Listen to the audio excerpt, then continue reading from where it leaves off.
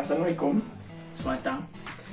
Video ini dibuat bagi melengkapkan projek akhir untuk subjek pembangunan mapan dalam Islam. Dan saya percaya bahawa penonton-penonton dari luar juga berkemungkinan untuk mendapat manfaat, dan saya juga mungkin akan dapat manfaat. Jadi ya, tanpa buang masa, kita teruskan. Di dalam video ini akan dibincangkan dan diterangkan mengenai cadangan bagi bangunan di kawasan Teluk Intan, Perak. Ianya kerana persoalan yang ditimbulkan bagi projek akhir ini ialah untuk mengemukakan pelan pembangunan Teluk Intan untuk jangka masa 30 tahun ke hadapan. Jadi, di dalam video ini akan dibincangkan 3 aspek yang utama bagi pembangunan sesuatu bandar atau suatu kawasan itu, dan di dalam konteks bagi projek ini ialah di kawasan Teluk Intan. Jadi bagi aspek pertama yang akan diceritakan di dalam video ini merupakan aspek ekonomi, dan tanpa membuang masa, mari kita untuk melihat ke orang kata huraian bagi aspek ini. Ada beberapa cara yang saya kemukakan untuk menjana ekonomi bagi kawasan ini, ataupun bagi orang kata boost dia punya ekonomi. Dan antara cara tersebut ialah yang pertamanya memajukan kawasan-kawasan terbiar. Kat sebenarnya daerah bagi Teluk Intan ini sebenarnya mempunyai banyak kawasan-kawasan yang orang katakan terbiar, ataupun lebih tepat lagi boleh dikatakan sebagai kawasan yang berpotensi untuk dimajukan. Dan jika kawasan ini dimajukan ataupun digunakan dengan secara optimum, ianya semestinya akan memberikan lebih banyak peluang pekerjaan kepada penduduk di kawasan tersebut. Selain juga daripada kita memberikan peluang pekerjaan, kita juga dapat memanfaatkan kawasan-kawasan tersebut lah. Dan semestinya kawasan tersebut tidak akan menjadi terbiar ataupun menjadi rosak sebegitu sahajalah. Dia boleh digunakan di samping menjana ekonomi. Dan juga perkara yang kedua yang boleh dilakukan bagi merangsang ekonomi bagi kawasan ini ialah kita boleh membina infrastruktur yang ampuh bagi membantu penduduk untuk bergerak dengan lebih selesa dan cepat, dan ianya boleh mencetuskan kelancaran ekonomi di Teluk Intan. Dan seperti ini, pembinaan infrastruktur ini semestinya di samping menyediakan pergerakan yang lebih selesa dan pantas, ia juga boleh menyediakan peluang pekerjaan, sama seperti poin yang pertama tadi, yang mana kedua perkara ini boleh menyediakan peluang pekerjaan, dan semestinya perkara ini boleh merangsang dan juga menjana ekonomi bagi kawasan setempat, di mana saya rasakan ini bukan cadangan yang sangat berkesan bagi Teluk Intan. Dan jika dapat dilihat sekarang ini di Teluk Intan terdapatnya perkhidmatan teksi dan juga bas bagi perkhidmatan awam, dan mungkin dengan contohnya transit aliran ringan ataupun pembinaan LRT ini, ataupun mungkin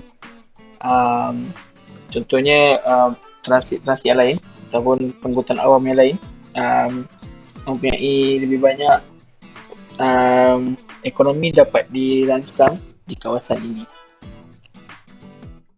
Jadinya bagi aspek kedua yang dapat dibincangkan di dalam video ini ialah aspek alam sekitar, dan mari kita lihat poin yang dapat dibangkitkan melalui aspek. Contohnya yang bagi aspek alam sekitar ini ialah kita boleh menggunakan teknologi moden yang juga mesra alam. Contohnya ialah seperti penggunaan teknologi rendah karbon bagi menjadikan bandar kawasan Teluk Intan ini kawasan yang rendah karbon. Dan penggunaan teknologi moden ini dapat mengawal dan mengurangkan pencemaran dengan lebih cepat dan efektif. Jadi contohnya teknologi moden yang boleh digunakan yang bersifat mesra alam ialah mungkin panel solar yang boleh digunakan untuk menjana tenaga elektrik daripada uh, cahaya matahari, dan juga penggunaan kenderaan rendah karbon ataupun teknologi rendah karbon sepertinya lampu LED dan sebagainya lah, bagi menjimatkan tenaga dan mengurangkan pencemaran. Dan kehadiran teknologi yang juga menjimatkan ataupun mengelakkan pencemaran juga tidak berguna jika penduduk kawasan setempat tidak mempunyai kesedaran. Jadi kempen alam sekitar boleh dibuat bagi meningkatkan kesedaran masyarakat setempat tentang kepentingannya untuk menjaga alam sekitar. Jadi seterusnya, aspek yang ketiga ialah aspek sosial, dan mari kita lihat.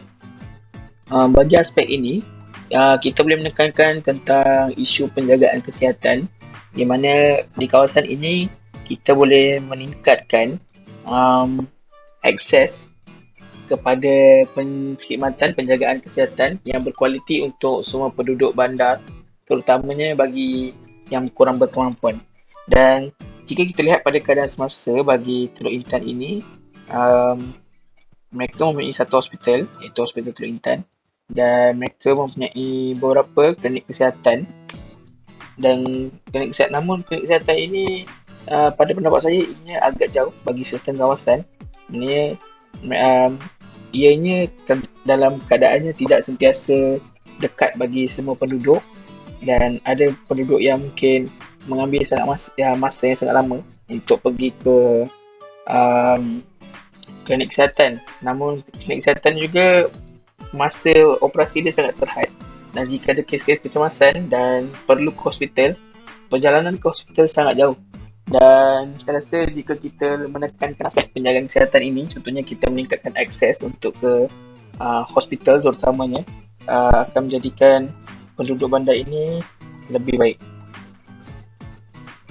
Jadi antara poin saya nyatakan di sini ialah menggalakkan kegiatan sukan, kerana kegiatan sukan ini boleh menjana ataupun merangsang bagi kehidupan yang sihat, dan secara tidak langsungnya akan memupuk perpaduan dalam kalangan penduduk bandar, di mana setengah aktiviti sukan ni harus dilakukan secara berkumpulan dan mungkin akan mengeratkan hubungan sesama masyarakat. Selain itu, bagi poin yang terakhir ialah program bandar selamat boleh dilaksanakan. Program bandar selamat ni boleh dikatakan sebagai salah satu program yang dibina dengan bertujuan untuk memastikan masyarakat atau penduduk setempat itu merasakan bahawa diri mereka selamat, ataupun keadaan yang dihasilkan untuk supaya mereka selamat. Contoh, jadi program bandar selamat ini mewujudkan persekitaran hidup yang lebih selamat untuk masyarakat yang berdaya maju dan sejahtera.